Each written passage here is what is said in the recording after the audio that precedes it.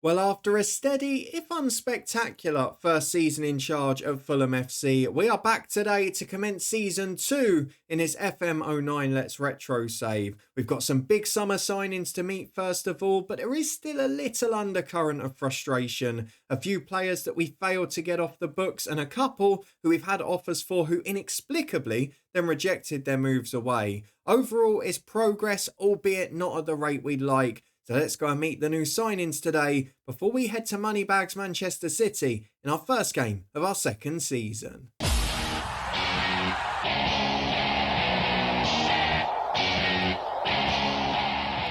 Yes, hello and welcome along to part 8 and the start of season 2 from this FM09 Let's Retro save with Fulham. It's going so well today that I've even remembered what episode it is. There you go, progress at last after doing this for a few years. We've got an interesting start to the season as we go away to two sides that were in European football last season before a slightly easier run on paper in the League Cup and at home to newly promoted Reading. So if you're looking forward to all of that and seeing how we get on and what players we're armed with to help us out today, then please do chuck a thumbs up on the video. There is a storm starting outside the window, so if you can hear that in the background, apologies. I can't control Mother Nature. However, we are first going to have a look at the transfer work we've done this summer, where we've got two huge additions to the club, including a record signing. Lots of players going off the books, though not as many as I'd like.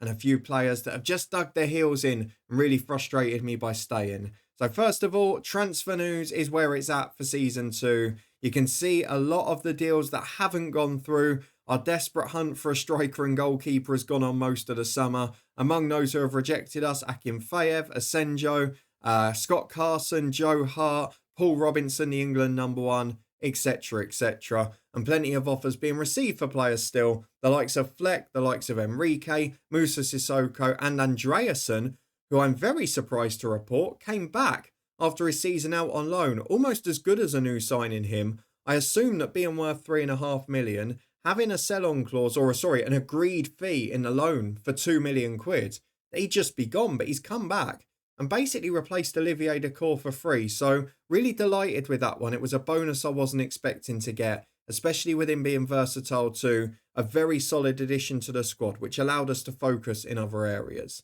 If we go and have a look at the deals that have been done though, it's been a strange old summer. We've spent a lot of money.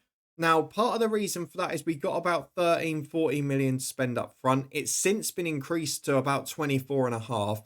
We've spent an overall budget of about 13 million so far.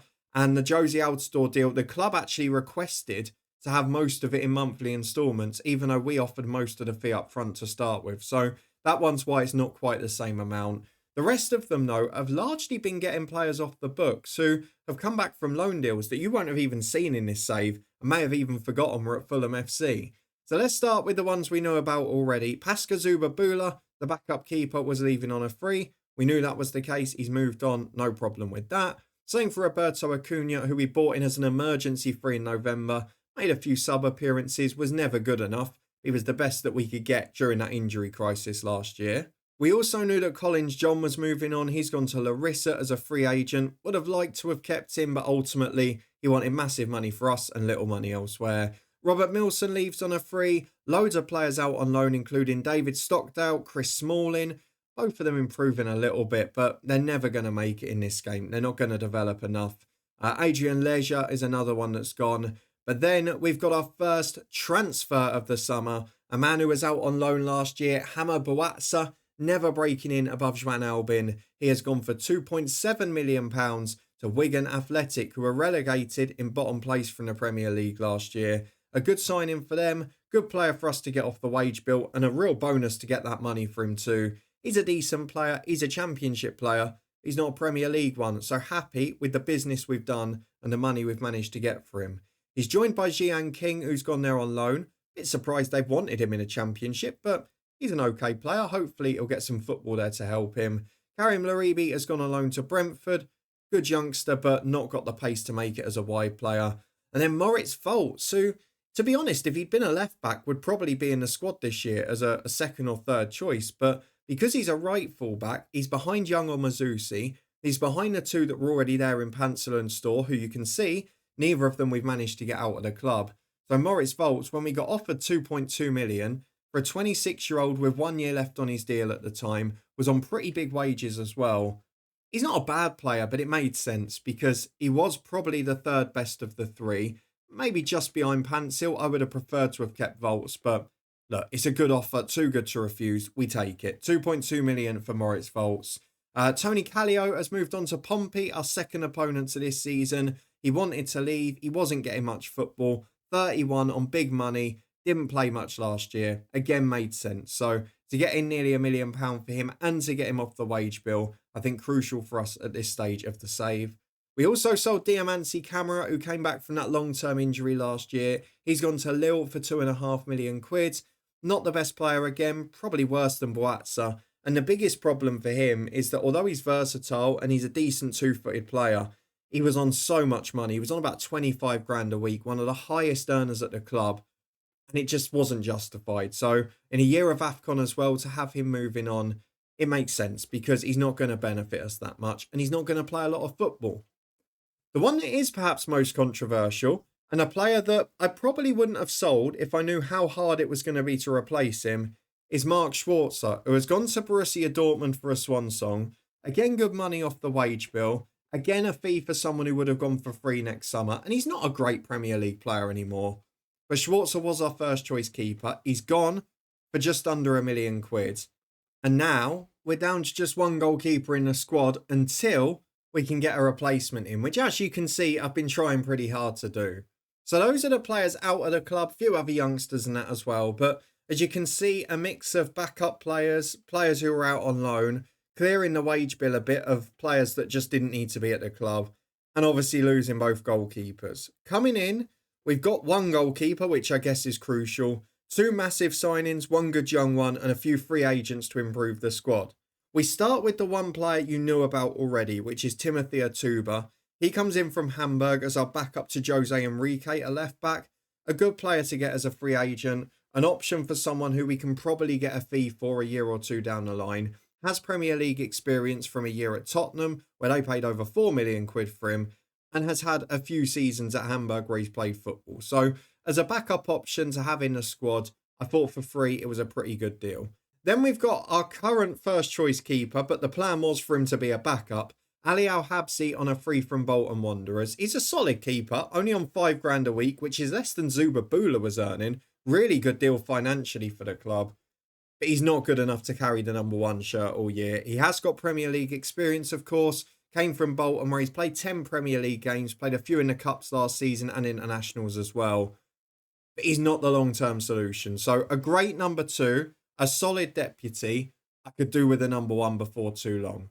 Then we get to the first of the big summer deals, and it's the one that sort of hung over from January, because if Aaron Hughes had accepted his deal to Everton on deadline day, Papi Diakite would have already been playing for us. Papi Diakite, sorry. But for 8.25 million from Dinamo Kiev, he is now ours. He's a huge upgrade at the back. Physically, technically, and mentally. All three areas, he's brilliant. He's good covering at fullback. He's good covering at centre-half. He is an exceptional footballer. I really like him. And he's just brilliant. He's got all of the key attributes in abundance. And I think alongside Breda Hangeland, we finally got two exceptional centre-halves. Yes, the left-back's a younger player who's improving. Yes, we've not improved right-back as we'd like. We've not got the keeper. But with these players, with the likes of Sissoko in front, with the likes of Skelbred improving, with the striker we've signed, and with Albin out wide as well, we're getting there. And Diakite is a massive part of that. He was a very early scouting move, and we knew that we wanted to sign him and add him to the club, and we finally managed to do so after 2 transfer windows of waiting. The next one was a free agent I thought was worth a bit of a gamble. Jermaine Pennant fills the homegrown quota if we do make Europe next year. There's me being optimistic. A right winger at 26 who's, to be fair, got all the key attributes brilliantly. He's better than Simon Davis slightly, and he's obviously very injury prone. Zoltan Gira's 30, and we'd actually accepted an offer for Gira when Pennant came in. Gira then rejected the move away, which would have been £3 million profit, and Pennant coming in for half the wage, which I would have been thrilled with. Hasn't worked out that way. Dempsey was a little disappointing last year as well. So Pennant, for me, is the player that suits that position the most. Gives us natural width, natural pace, and quality in delivery, which is what we need. So we can deal with the character. We've got a good player there. And we've also got one in young Morgan Schneiderlin, who joins from Southampton for £2 million. They're, of course, a championship club in this save, and Schneiderlin was a proper wonder kid back in these days. Very good player already. Potential to be an exceptional one, according to the coach reports. The potential to be as good as Skelbred and Sissoko will certainly take that. So at the moment, he's probably fourth choice behind those two and Andreasen. But he'll get a lot of appearances off the bench. If there's an injury, if there's a suspension, he'll come in. He basically becomes our Danny Murphy for this year, with him dropping down the pecking order yet further. And for £8 a week, it's a great wage for someone in the squads. Then we have our record signing, and don't be fooled by his real life career, which stuttered at times. I think it would be fair to say for Josie, but Josie Altidore in this FM was a monster. He was one of the men to sign. You saw the other one in the transfer centre, Kierison, who was always a wonder kid in this year's edition. I wanted someone who could hold the ball up a bit better, so he was my first choice. And Josie Altidore from Villarreal, 12.25 million. Physically, obviously astonishing. 6'1", good in the air, strong as an ox. He's got the lot. He's quick, he's naturally fit. But more importantly, he's determined. He can finish, he can head it, he's got composure, he can jump, he's got technique, he's got everything. His off-the-ball movement's good. He's like that. I mentioned it last year, didn't I? It was unfair, really, on an Andy Johnson because we needed that sort of Drogba-type striker, that all-round target man who can play at the top end on his own. And Josie Altidore, with people like Albin and Pennant and Skelbred running off him, I think it's going to be an absolute monster for us. Only 19 years of age, scoring goals galore for the USA, had a very good season for Villarreal, albeit didn't break in till late on. I'm absolutely delighted to have him, and I cannot wait to see what he can deliver this year. So all of that means we've added two very key players to the squad and improved the squad depth in 4 areas. I'm happy with that. If we can get a good first choice keeper, I consider it a good summer rather than a great one. And of course, the squad is a little bloated at the minute. There's still a few we need to move on.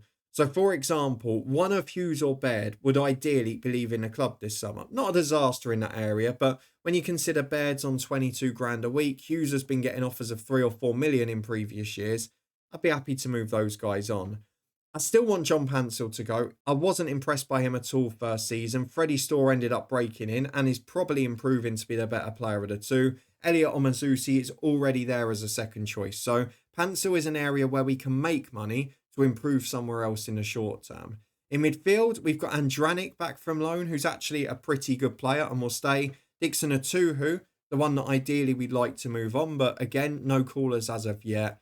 Then Simon Davis, because he's injury prone on the right. Zoltan Gira, we had the offer for. West Brom offered 3 million quid, and he for some reason rejected the move, which is going to be one of the toughest ones for us to take this summer.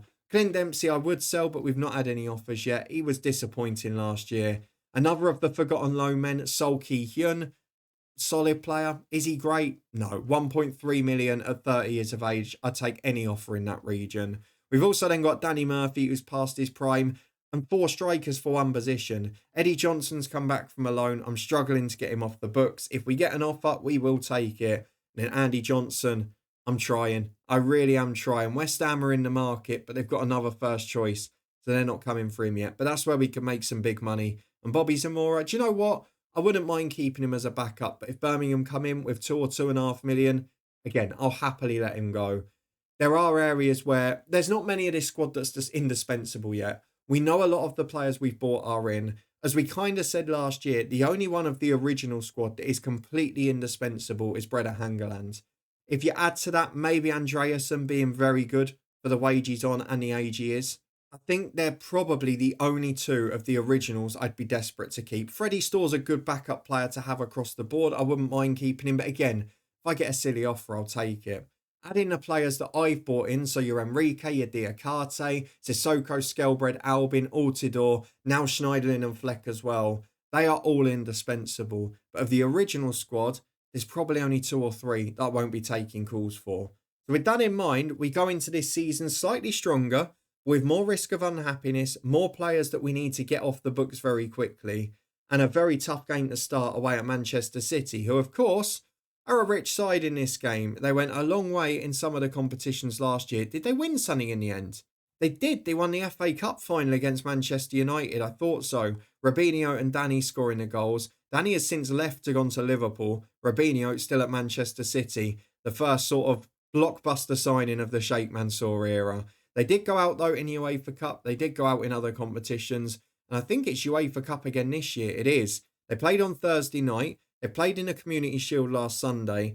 So it either means they're more up to speed physically for this season, or they're going to be knackered already. And hopefully, with Mario Gomez and Maxi Rodriguez, two of their summer signings injured already, it will give us a little more of a chance than we may have had. The backup keeper, Joe Hart, has not agreed to join us. Dean Ashton, player we wanted, but he's moved to Man City instead. Doesn't give us much chance, does it? Let's go and get through to the match preview. Manchester City v Fulham. A lot of the Premier League has played already. We are not expected to pull up any trees this year. We've said we're going to finish mid-table comfortably. I think that was the best option we could ask for. We go and have a look in the boardroom. Where does it say our league expectation? I'm trying to remember.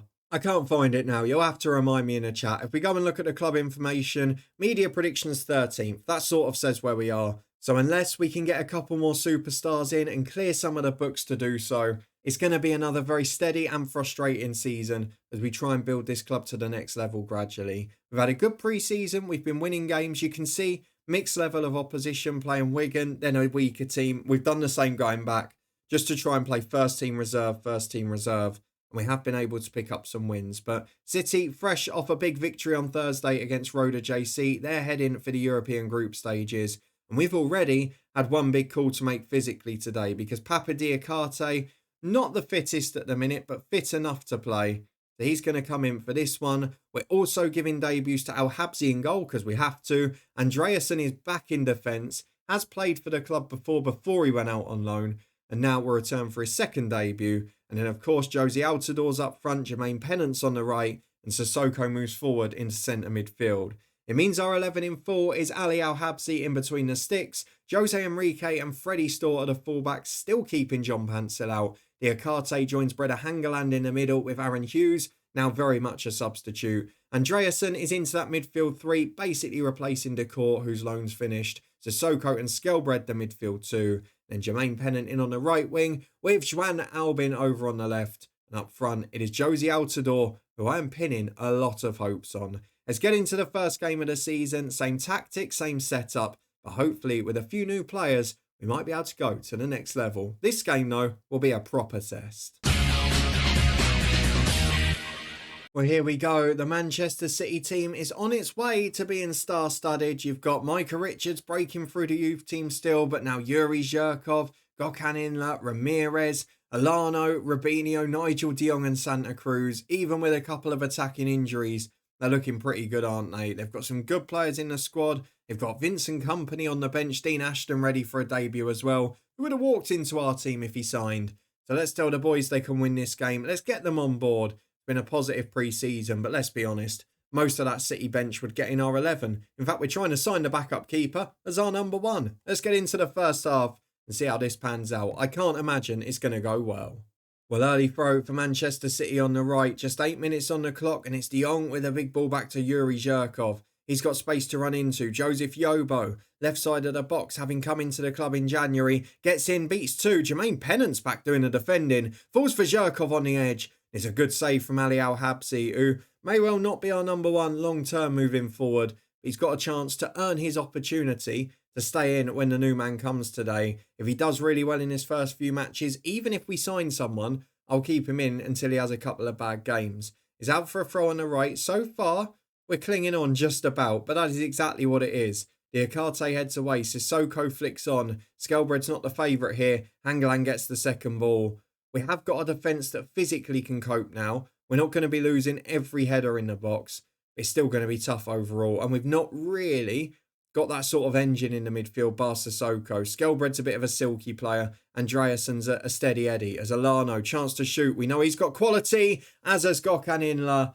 And there are just too many players in this City team that can put an absolute rocket in. 1-0 after 14 minutes. And a special strike from 25 yards. Ali Al-Habsi has no chance there, and City, after early dominance, are deservedly 1-0 ahead. Not the best start to our season.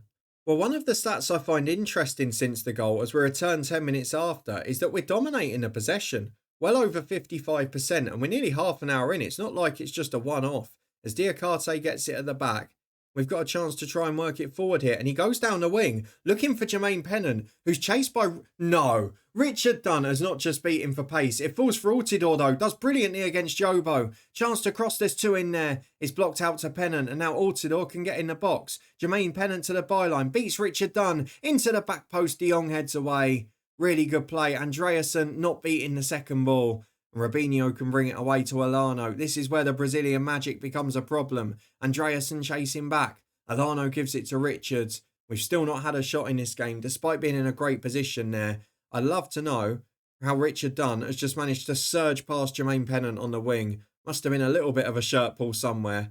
And why has he come on at left back? There must have been an injury early doors. Over half an hour gone, and it is done with a throw-in. As Robinho's beaten by Diakate, or is he? No. How have you lost that one physically? Jerkov down the left-hand side. Don't say we've now got someone who's physically good, but will take half a year to adapt to the Premier League. That'd be a nightmare. Ali Al-Habsi claims it well, rolls out to Enrique, and now we can get on the attack. You can see we're looking for that long ball down the line. Albin's not able to get there. And Robinho is stopped by another good save as Ali Al-Habsi continues to be the hero.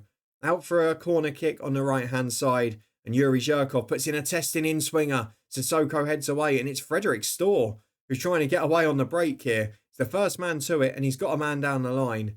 He doesn't look for it. 5 to half-time, it's 1-0.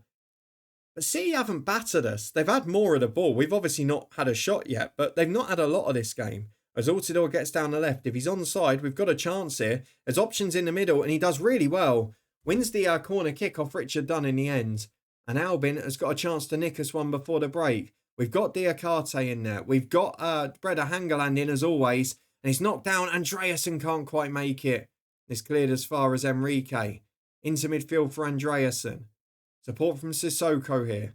Andreasen again. Diakate back. Short to Freddie Storr. And because of the pressure, all the way back to the keeper. Not ideal at this stage. Enrique back to Al-Habsi. Big ball over the top. Altidore can chase. Keeper should get there first. Richard Dunn has just wiped him out off the ball. What are you watching, referee? Stuart Atwell, I know you're inexperienced here. He can't even be looking at the ball.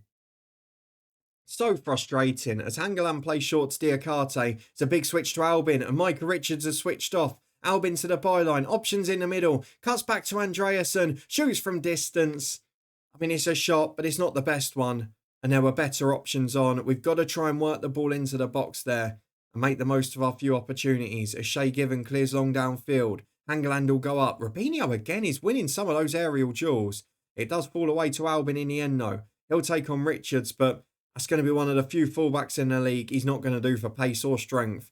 As Ramirez picks it up in the middle and he can work down the right hand side. Enrique goes to engage. He's forced it back to De Jong. Out wide to Micah Richards. Albin not back defending. Skelbreg goes across. Alano cuts inside of Enrique though. It's brilliant play from the Brazilian. Good ball across the box. It's teasing to Zhirkov. And his shot goes in the far corner.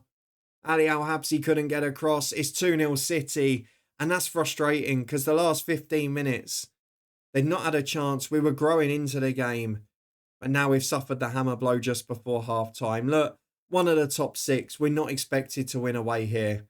But that could have been an opportunity. And now we're going to have to go into half-time 2-0 down with a team talk changed as Jobo heads away as far as Pennant. Chance to take on his man on the right-hand side. And he's done really well again against Jobo. Gets to the byline. He's just taken that extra touch. We can just get that delivery in slightly earlier. We've got a chance here. We're looking a threat on the break, but without really having that final ball right. There's promising signs here. I can see some of them. Sissoko's made a mistake for the goal. Albin's not had much service. And the set-piece delivery has not been great. But otherwise, it's been a pretty even game for the most part. And we're having the ball against City, which is great. Richard Dunn wins the header from the corner. And Andreasen. Oh, it's a good opportunity, that. 10 yards out under not much pressure. He's put it over the bar. But as the commentary says, we've contained them pretty well. But just not taken our opportunities, and in the end, a screamer and a mistake has cost us 2 goals. As here we are, 10 minutes into the second half. We're in possession again, and it's looking for that diagonal out to Pennant. Him and Albin definitely been the targets here, as Pennant beats Yobo yet again. Wins the corner, just not getting that delivery in quick enough after. He's a bit of a trickster, he can beat a man. And now Albin, can he find the head of a Diakate or a Hangeland? Up goes Hangeland, and there's a goal back. That's what we needed. A simple set-piece goal. Albin delivers for Hangeland. The two boys and the stars of last season deliver again. And now we are back in this game. And City have not been great. So if we can take advantage of those tiring legs near the end, this could be an opportunity to nick a draw. And it would be a great result if we could. Just over an hour gone. We're going to look at changes soon. Sissoko struggling. Altidor's not really got in the game. Maybe we change it now at the back, particularly given that they've got Richard Dunn on, although he's been moved out wide again now. Is that maybe the calling card to get him on? I don't know. Ali Al-Habsi will take this free kick and then we'll make a decision as Altidore goes up. Loses out to Gambarini. Alano clears long. Freddie Stores in there well. Albin flicks it on for Skelbred. Now we're working it from open play. Skelbred has drifted left. Albin's running ahead of him, but he goes alone. Beats Ramirez. Gets the ball into Albin. Chance to shoot just wide. Almost snuck it in at the near post. Was a lovely, clever idea. Unfortunately, doesn't quite come off. Sean Wright Phillips is on for them. We are going to go Musa Sissoko off for Morgan Schneiderlin, who, as the new man, will get the chance to work forward. I might even get him to make more forward runs now, you know. Let's have a go at this game. More forward runs. What's your long shot rating like? Not the best. Is he the best passer of the ball? He's pretty good, to be fair. So, yeah, we'll let him do that as well. We'll get him and Skelbred trying to play the ball through. We're going to go for either Johnson or Fleck up front. Fleck is improving. Andy Johnson's probably still the man, though, isn't he? So, we'll go for him. And then we're also going to go for... Do I need to make another change yet? I'm not sure we do. I'm going to leave it at those two for now. I'm also going to from the set pieces, because I think I forgot to do it at the start. We had Diakate and Hangeland, who I wanted challenging the keeper. So I'm going to get him in there. And then the man who was doing it was this one. He's going to go on to attack near post. We're just going to get the two big centre-halves in that 6-yard box, because Hangeland's causing enough of a threat, as we've seen. If we can do the same then as well with Diakate, probably our best route back into this, as Enrique's got it on the left to Albin. Could we nick a goal before the subs? That would be great. Down the left-hand side, Richard's away. And we should now get the subs. But this City star-studded team have only had 3 shots on target. They've scored a screamer with one of them, which is why they're ahead. But overall, it's been a decent game for us apart from that. Let's see what happens after the substitutions, which we are obviously chasing the game a little bit more. And then maybe make one more for the final 10. Just throw someone on with an opportunity to make a difference, because Jermaine Pennant's had a great game. I don't want it to be him. Albin is our most likely player at the minute. Do I take Skelbred off, who's struggling physically? Do I gamble with Andreasen and go for a number 10? I think I might, you know. Andreasen off. Clint Dempsey on. Let's chase the game. Forward runs. Yes. Get in the box and make it happen. You're not brilliant at anything else. Let's see if you can do something special here. 2-1, 10 minutes to go. Can we create one more chance? Not with City in this position, I don't think. Yuri Zhirkov, it's a terrible wall. He's managed to block the shot. Zhirkov could have gone round it there. There was plenty of space. Yobo in towards Schneiderlin, who intercepts from Inler. Brilliant defending from him. It's out to Juan Albin. Big touch out of his feet. He's got support from Andy Johnson. Skelbred's going. Pennant's over on the right. There's plenty of runs here. Albin beats his man. Chance to cross. Juan Albin. Great run to the byline. It's good defending. Gambarini recovers. But you know what? We look a threat on the counter. And against these top sides, we're always giving them a game. That's great to see. Jose Enrique will have the throw on the left-hand side. Can we make it come to something? Andreasen's there if we need him. Although he's about to come off before the throw-in. There are 7 minutes to go. It's been a really good display. And we've got a dangerous position for a free kick. Albin in towards Andy Johnson. Bobbling around Diakate. Back for Pennant. Deflects into Given. Almost deflected into his own net. I think it was Nigel de Jong. It's great goalkeeping by the Irishman. That's why he's keeping Joe Hart out of the team as Ramirez puts one over. You feel like that was the chance. We've given as good as we've got in this game. And we've been very close to a result. Ali Al-Habsi with the big goal kick. Johnson will not win many aerial duels now. as Enrique is up against Wright Phillips. Down as far as Albin. Skelbred to Schneiderlin. We're finishing the stronger. There are some of those tired City legs. It's out to Albin again. Takes on Richards on the left-hand side. Has support behind him if he needs it. And he finds it in Jose Enrique. After 6 months and now a pre-season, he should improve too. A Skelbred in towards Johnson. It's a threaded ball. Was he onside? He was. But Shay Givens there again. It's a brilliant save to tip it wide. And now it's a corner. The most likely position for us. In towards Schneiderlin. Who's out in the air. Pennant can go and get it wide. Although it's back into the box. Schneiderlin does well. Another great save from Shay Given. We've now had the 2 best chances of the match according to the stats. It's been some effort in this second half, let me tell you. As Enrique goes back to Hangeland. Can we create one more? There's 90 seconds of stoppage time to go. Schneiderlin turns on it into Dempsey. Great turn. Yobo gets back at him. And it's just anywhere will do for City. Al Habsi flies out of his goal to come and get it. Lays it to Diakate. And now we can start what will probably be the final assault. Although we're just passing it back to Al Habsi. You're going the wrong way, boys. Skelbred picks it up in the centre circle. That's not the right pass. That's not what you're in a team for. Schneiderlin to Skelbred. To Dempsey. Johnson's trying to find a run. Right, Phillips back in. Clint Dempsey, just get out. You're not good enough here. Schneiderlin wins it back from Wright Phillips, but it somehow falls for Zhirkov. And that will cost us the game. I tell you what, it's not for the want of trying, is it? We've had some great chances here. As Zhirkov has just beaten the whole team. Hernandez the sub with the shot. Good block from Diakate. The best 2 chances in the match. More on target than our opponents. It's going to be a 2-1 defeat. A frustrating one. But a very encouraging performance for this season, I think. We looked more in the game against the top side. It wasn't the scrapping and hanging on for dear life. We've had a real go here. It's a narrow defeat. But it's a sign, I think, of better things to come. Manchester City 2, Fulham 1. And while there's no goal from open play, there is a lot of very good things to take from that match. Let's have a look at the post-match stuff. Make sure that the 5 debutants have not picked up any injuries. They have not. We've got a negotiation for Akim Fayev, which is enormous.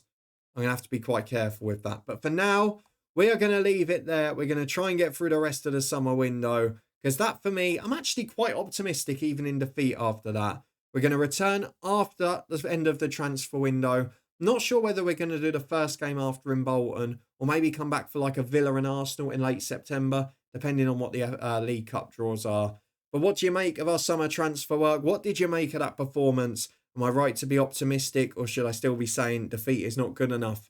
Let me know your thoughts down in the comments below and on what you think of the signings and the sales. Who else do we need to get out of the club? And who else and where else do we need to sign players? If you did enjoy this one, the start of season 2, please do chuck a thumbs up on the video. Let us know where you think we're going to be aiming for this campaign. If you want to stay up to date and find out the answer, we'll return every weekday to find out. If you want to stay up to date with it, subscribe and turn that notification bell on. For now, thank you very much for joining season 2 of our new retro save. The progress is certainly being made, but is it being made quick enough? I'll see you next time to find out if it continues.